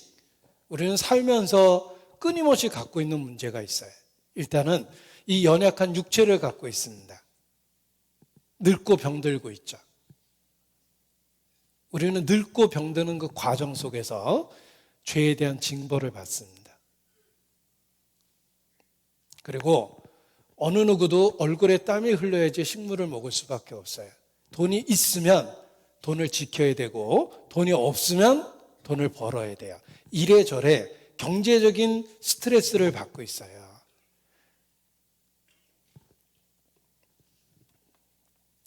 인생 채찍은 경제적인 필요를 채우기 위한 그런 문제입니다. 의식주와 관계된 문제들이에요. 하나님은 그러한 일상에 파고들어서 그 일상을 갖고 우리를 징계하십니다. 사람 막대기와 인생 채찍입니다. 생각해 보십시오. 이 엄청난 우주를 만든 위대한 하나님께서 나의 일상에 관여하셔서 인간관계에 관여하시고 나의 신체적인 상태에 관여하시고 그 자체가 다시 한번 생각해 보면 정말 큰 은혜예요. 어떻게 하나님이 나를 알고 계실까도 신기한데 알고 계시는 정도가 아니라 일상 세세한 일에 관여하시겠다는 거예요. 왜? 내 아들이니까. 내 아들아. 아들과 같이 너희를 대우하겠다. 아버지로서 나의 안고이로서만 알고 우리 일상에 관여하시겠다는 것입니다. 구원받기 전에 내가 예수님 믿기 전에는 내가 무슨 짓을 해도 경고만 하셨어요. 내 인생에 세세하게 간섭 안 하셨습니다. 예수님을 믿고 하나님의 자녀가 됐습니다. 하나님은 머리털까지 세시고 나의 일상에 관여하시며 나의 인간관계에 간섭하시고 내 신체적 상태에 관심을 갖고 계세요. 그것이 실제로는 정말 놀랍고 큰 은혜예요. 이 스케일이 큰 거대한 우주를 만든 하나님께서 지구에 바이러스처럼 붙어 살고 있는 나의 상태에 대해서 관여하신다는 것은 실제로 엄청난 은혜입니다. 기꺼이 그렇게 해주시겠다는 거예요. 왜냐하면 아들과 같이 너희를 대우하겠다. 이렇게 말씀하셨습니다. 그래서 인생 채찍, 내 육체적 상태, 건강 문제까지 관여하신다는 거예요. 내 속에서 은밀하게 자랐던 그 종양이 실제로는 내가 행했던 범죄와 타협된 생활의 결과일 수도 있어요. 어떻게 이 크신 하나님이 그런 것까지 관여하시죠? 아들이니까. 머리털까지 셌으니까. 기꺼이 내 신체 작은 곳에서부터 그걸 시작하겠다는 거예요.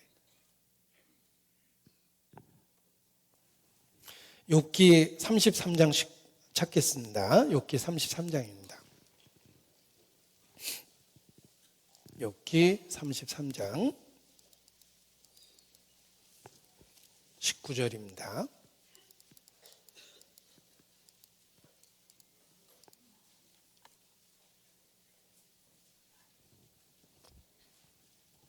욥기 33장 19절.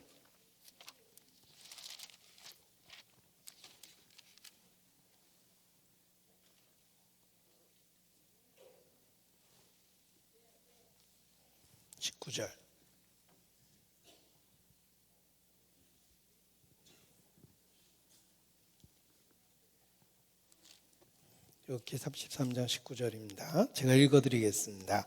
혹시는 사람이 병상의 고통과 뼈가 늘 수심의 징계를 받나니 그의 마음은 식물을 싫어하고 그의 혼은 별미를 싫어하며 그의 살은 파리하여 보이지 아니하고 보이지 않던 뼈가 드러나서 그의 혼이 구덩이에 그의 생명이 멸하는 자에게 가까워지느니라. 병상의 고통과 뼈가 늘 수심의 징계를 받나니, 여기 혹시는 그랬죠. 요거는 모든 경우가 다 그렇다는 건 아니에요. 내가 아프다 그래가지고 항상 징계인가 보다 이렇게 생각하면 안 돼요. 우리의 삶 자체는 생로병사를 겪게 했으니까 늙고 병드는 건 어떤 의미에서 당연한 겁니다. 우리가 건강염려증이 걸리면은 그냥 노화를 질병인 줄 알고 평생 쓸데없는 약 먹고 오히려 더 부작용에 시달립니다. 그냥 나이 들어서 그런 거예요. 그런데 어떤 경우는 징벌의 결과일 수도 있다는 겁니다. 그래서 혹시는이라는 말은 항상 모든 질병은 징계다 이렇게 얘기하면 안 됩니다. 하나님이 간섭하신 경우가 있다는 거예요. 사람이 병상의 고통과 뼈가 늘 수심에 징계를 받나니, 그럴 때가 있습니다. 그래서 하나님이 어떻게 우리를 징벌하실까? 인간관계, 그리고 인생 채찍, 우리의 의식주나 우리의 신체적인 그 건강, 이런 거에 깊이 관여하셔서 우리 삶을 교정하신다는 것입니다. 시편 89편입니다. 시편 89편.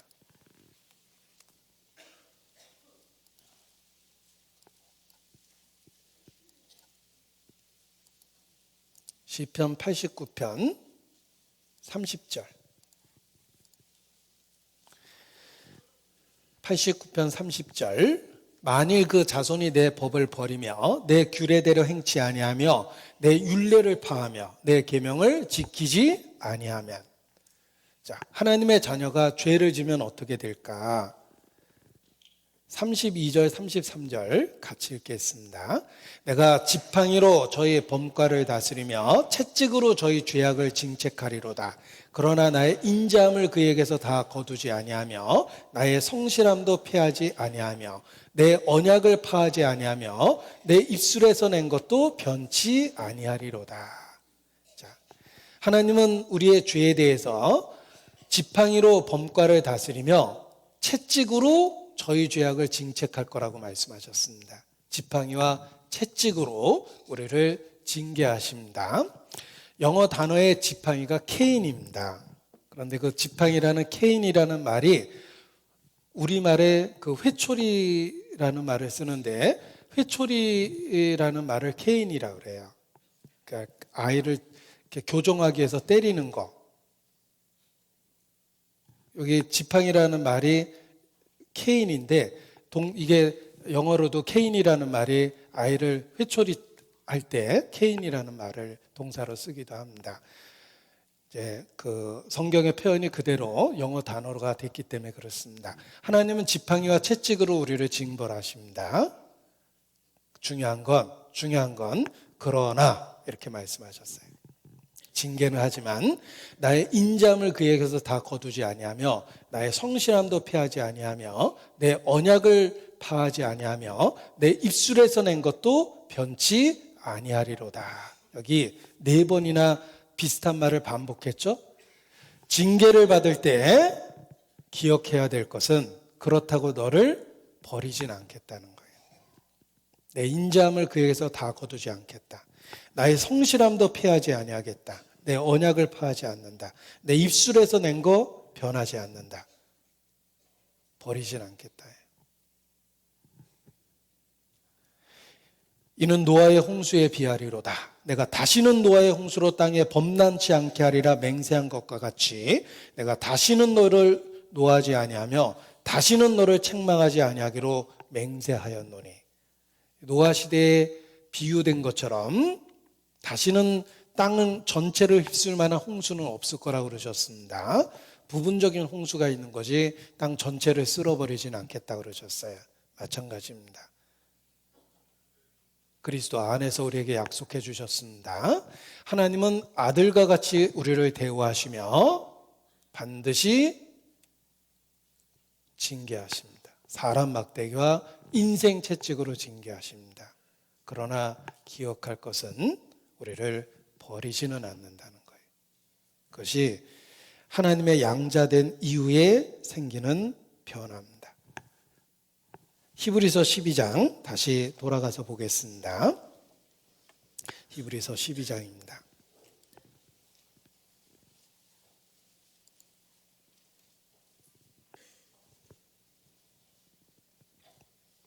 히브리서 12장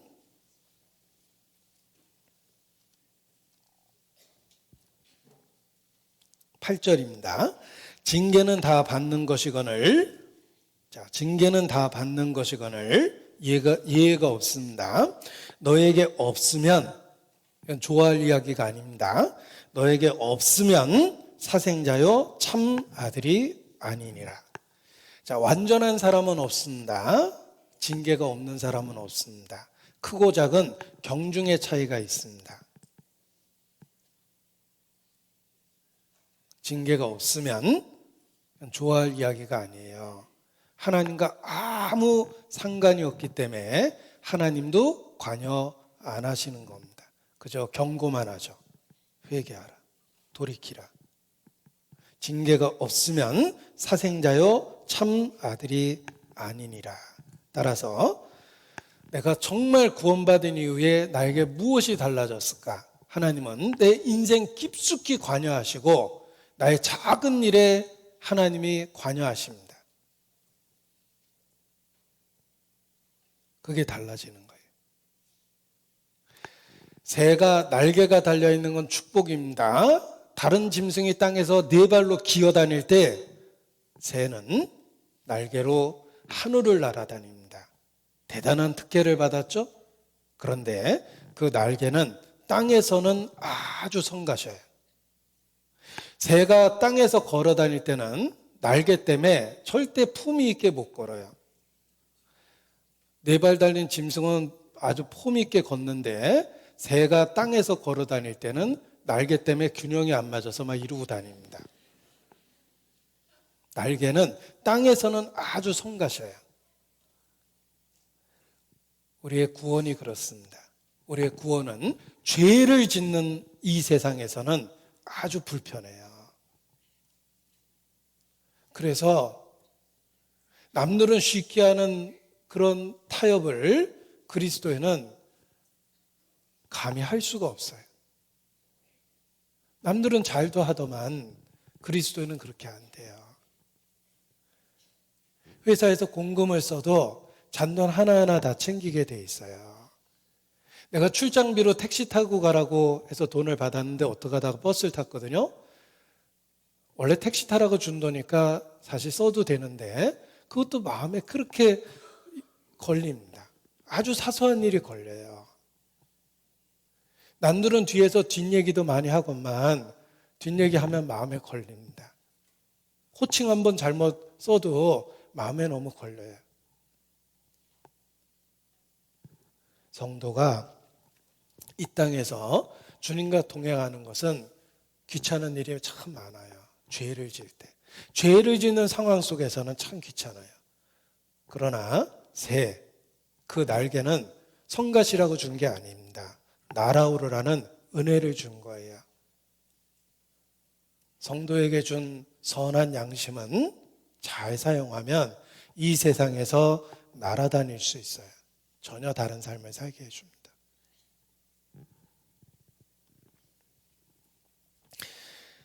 내 인생에 하나님이 관여하고 있다는 것, 죄에 대해서 민감해졌다는 것, 죄에 결코 타협할 수 없다는 것, 그리고 잘못된 것에 대한 꾸지람을 느끼는 것, 죄를 지면 반드시 징계를 받는 것, 이 모든 것은 내가 주님 안에 있다는 가장 강력한 증거가 됩니다. 반대로 없으면 사생자요 참아들이 아니니라. 하나님의 저주는 하나님이 외면하는 거예요. 내버려 두는 것입니다. 저희를 그 상실한 마음대로 내어버려 두사 합당치 못한 일을 하게 하셨으니 그게 저주예요. 나를 끊임없이 막아주시는 것은 하나님의 은혜입니다. 입새이는 바람에도 나는 괴로워했다. 축복입니다. 하나님이 내 인생에 함께 하시기 때문에 작은 죄를 보고 크게 아픔을 느낀 거예요. 그래서 큰 죄 지키기가 어려워요. 징계가 있는가 없는가는 하나님의 자녀인가 아닌가를 결정하는 아주 중요한 시금석입니다. 우리는 절대 죄를 짓고 잘 될 거라는 생각은 버리시는 게 좋아요. 정말 그리스도인이라면 손해보더라도 말씀을 택해야 됩니다. 그리고 절대로 주님의 은혜와 능력은 정직해서 손해보게 하지는 않으세요. 순간적으로 불이익을 당하는 것처럼 보일 뿐입니다. 요셉은 유혹을 거절했기 때문에 감옥에 갔어요. 마치 죄를 안 졌기 때문에 불이익을 당한 것처럼 보였지만 감옥에 있는 그 기간 때문에 애굽의 총리가 됐습니다. 모르드게는 왕을 해치려는 음모를 알고 왕을 살려주게 됩니다. 그 음모를 신고했죠. 아무런 보상을 못 받았어요. 어떻게 왕을 살려줬는데도 아무런 보상을 못 받습니까? 그러나 결정적인 때에 그의 선한 행실을 드러내서 온 유대인의 목숨을 건지는 결과를 만들어줍니다.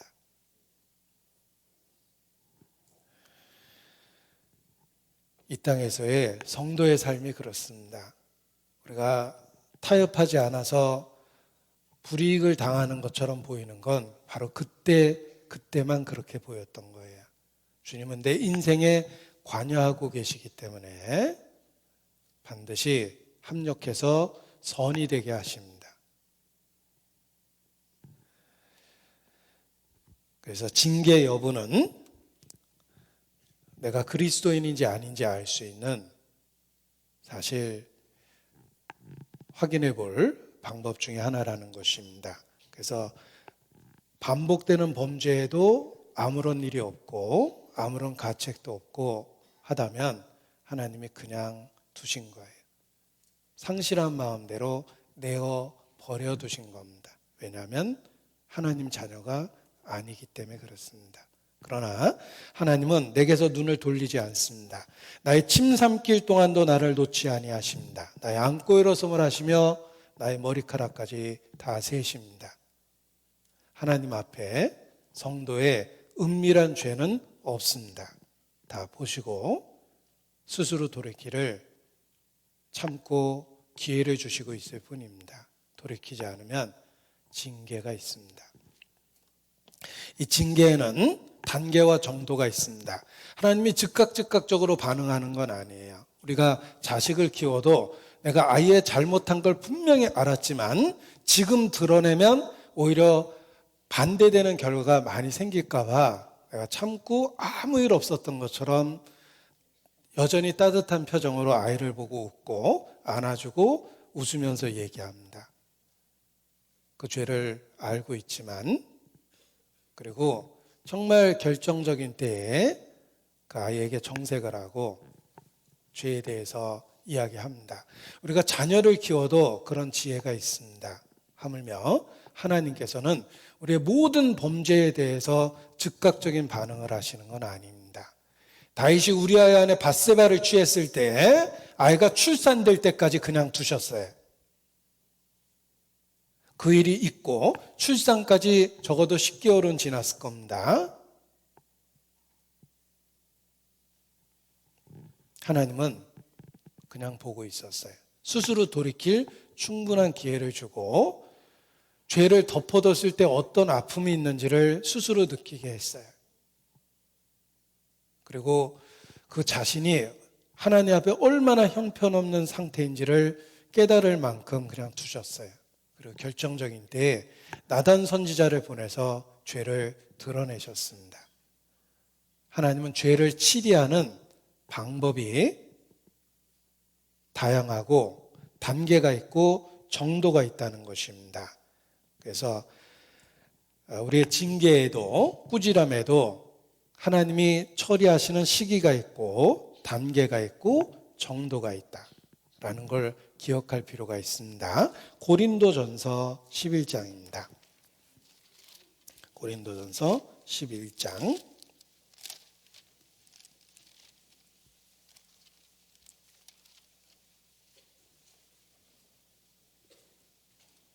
33절입니다. 고린도전서 11장 33절.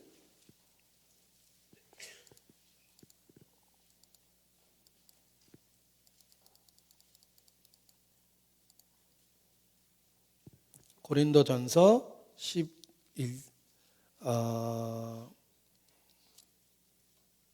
11장 30절입니다. 네. 고린도전서 11장 30절.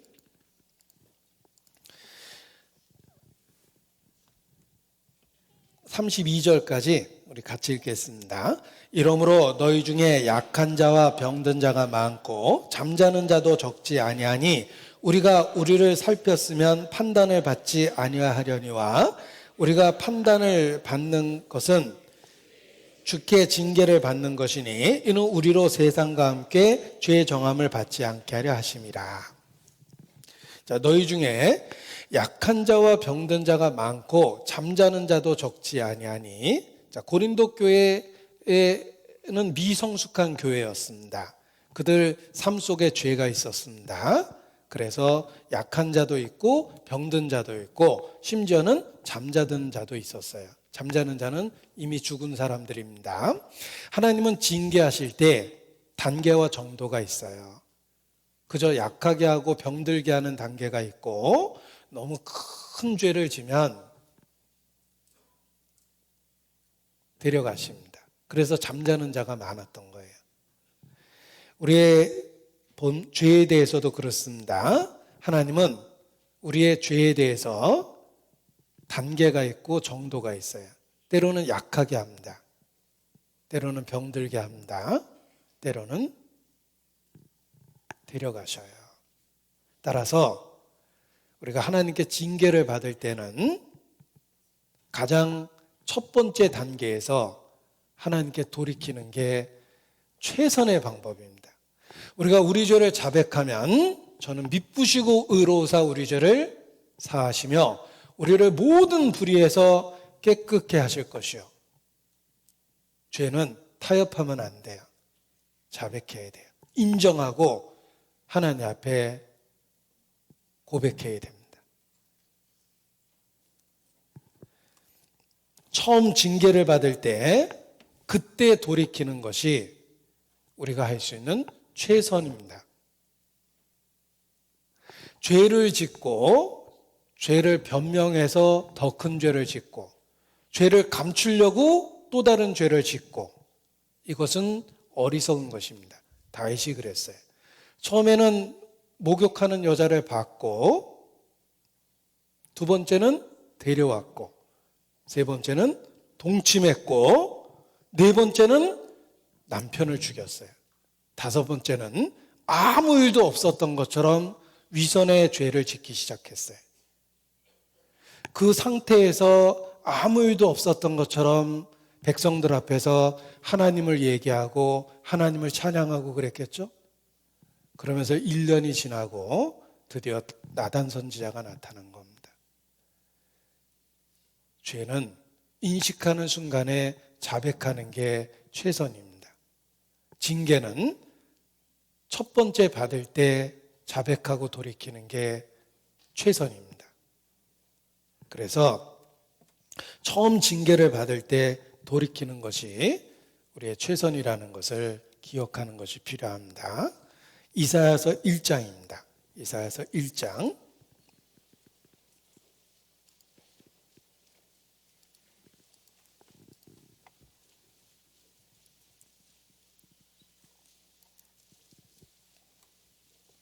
이사야서 1장 5절입니다.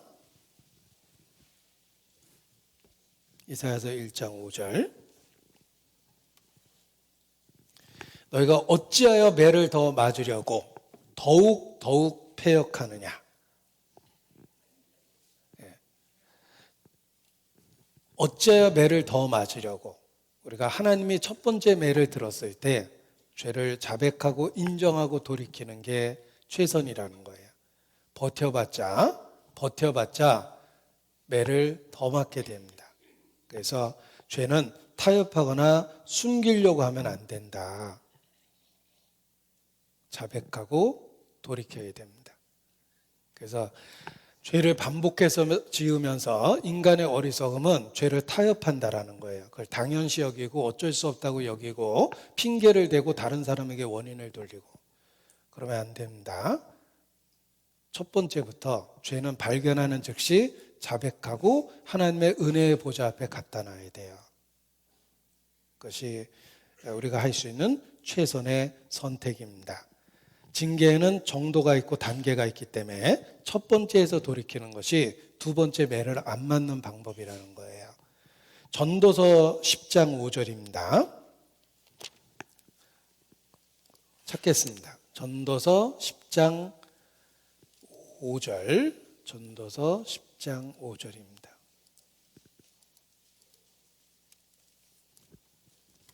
전도서 10장 5절. 10장 4절입니다. 전도서 10장 4절. 같이 읽죠. 주권자가 내게 분을 일으키거든 너는 내 자리를 떠나지 말라. 공순이 큰 허물을 경하게 하느니라. 하나님의 징계받을 때 정직하고 죄를 자백하고 그리고 또 있습니다. 내 자리를 떠나지 말라. 성도로서의 위치를 지켜야 돼요. 그것이 징계받을 때 우리가 하나님 앞에 해야 될 그러한 모습입니다. 히브리서 12장 다시 돌아가서 정리하고 마치겠습니다. 히브리서 12장 5절입니다. 히브리서 12장 5절. 자, 징계받을 때 두 가지를 말씀하셨습니다. 내 아들아, 주의 징계하심을 경히 여기지 말며 꾸지람을 받을 때 낙심하지 말라. 자, 이것이 징계받을 때 우리가 해야 될 모습입니다. 징계를 경히 여기면 안 됩니다.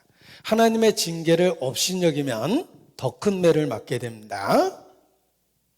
그리고 또한 낙심하면 안 돼요. 자기 연민에 빠지고 뒤로 물러가 침륜에 빠지고 패배의식을 갖고 나 아무것도 안 해. 내가 무슨 일을 해. 나 같은 게. 하고 패배의식을 가지면 안 돼요. 그래서 징계받을 때는 경히 여겨도 안 되고 낙심해도 안 됩니다. 하나님의 징계를 받지 아니하며라는 말이 있는데 징계를 징계라고 여기지 않는 게 징계를 안 받는 거예요. 경히 여기면 안 됩니다. 그리고 또한 낙심하면 안 돼요. 그걸로 열등감을 갖거나 침륜에 빠지거나 자기 연민에 빠지거나 아니면 패배의식에 빠져서 무기력하고 무능한 상태에 빠지면 안 됩니다. 나 같은 게 무슨 일을 해? 뭐 이러면서 아무 역할을 하지 아니하려는 것, 이런 것들이 패배의식입니다.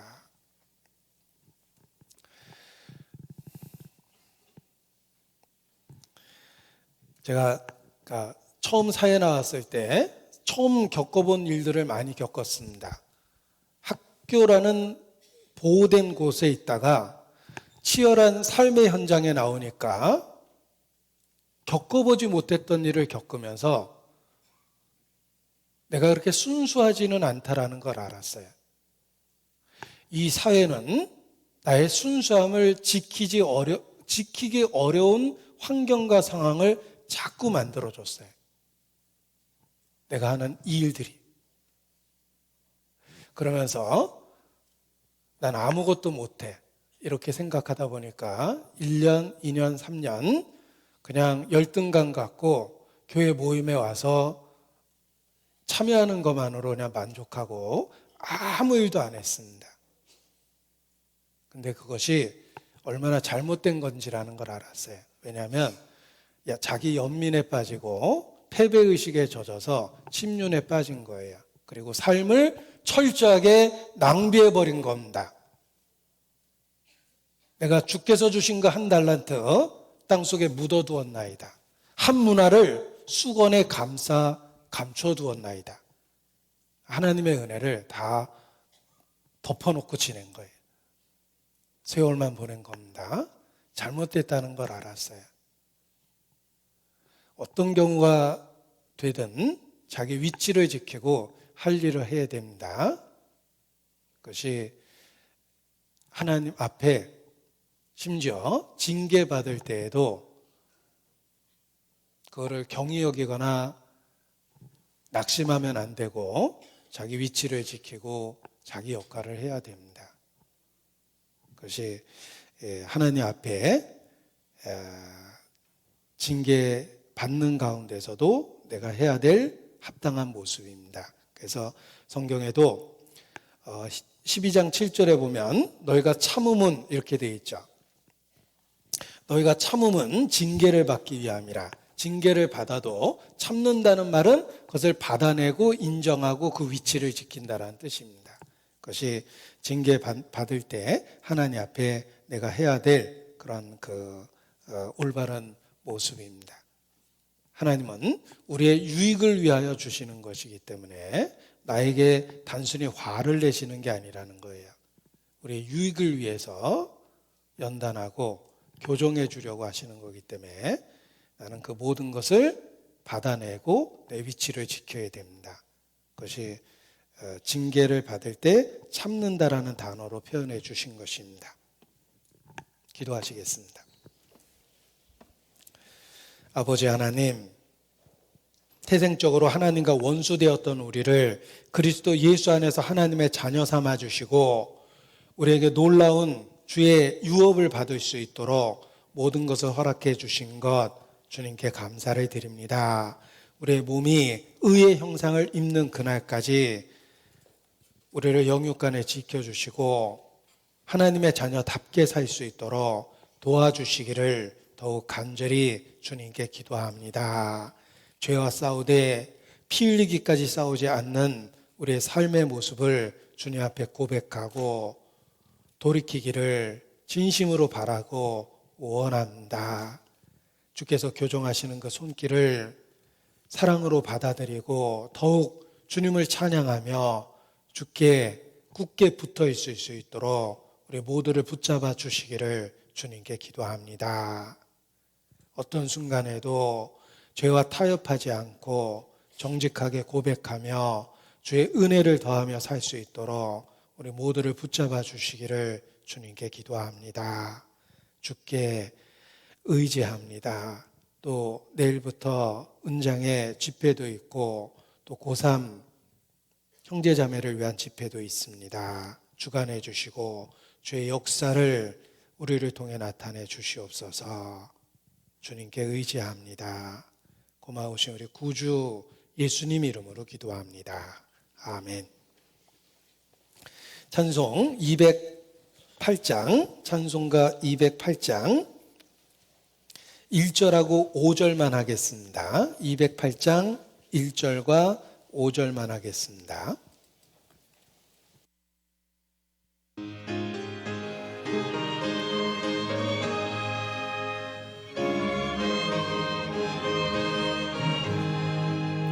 주 예수 내 맘에 들어와 계시듯 변하여 새 사람 되고 내가 늘 바라던 참빛을 찾음도 주 예수 내 맘에 오시 주 예수 내 맘에 오시 주 예수 내 맘에 물밀린 내 맘에 기쁨이 넘치는 주 예수 내 맘에 오심 나 이제 천성에 올라가 살기니 주 예수 내 맘에 오심 천성을 향하여 능하고 가리니 그 기쁨 이길 데 없네 주 예수 내 맘에 오심 주 예수 내 맘에 오심 물밀린 내 맘에 기쁨이 넘치는 주 예수 내 맘에 오심. 네, 광고 말씀 있으시겠습니다.